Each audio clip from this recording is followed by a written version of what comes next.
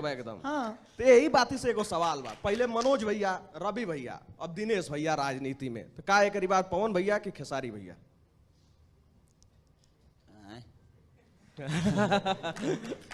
हम तो नहीं खियावे वाला, हो सकेला जो वो आवस ऐसे जे उम्र के हिसाब से सब कुछ अच्छा भी लगेला।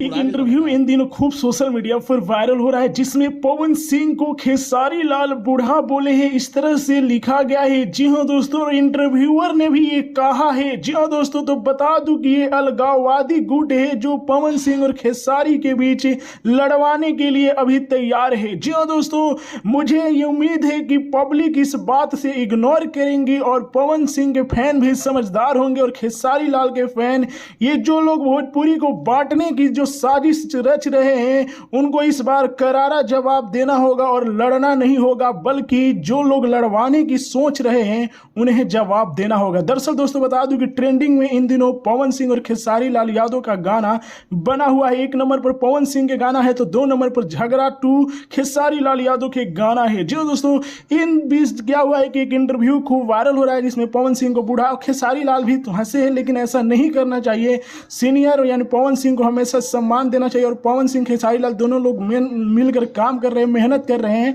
तो मुझे उम्मीद है कि आप लोग लड़ेंगे नहीं। बाकी आप लोगों का क्या है कहना, कमेंट में बताइए।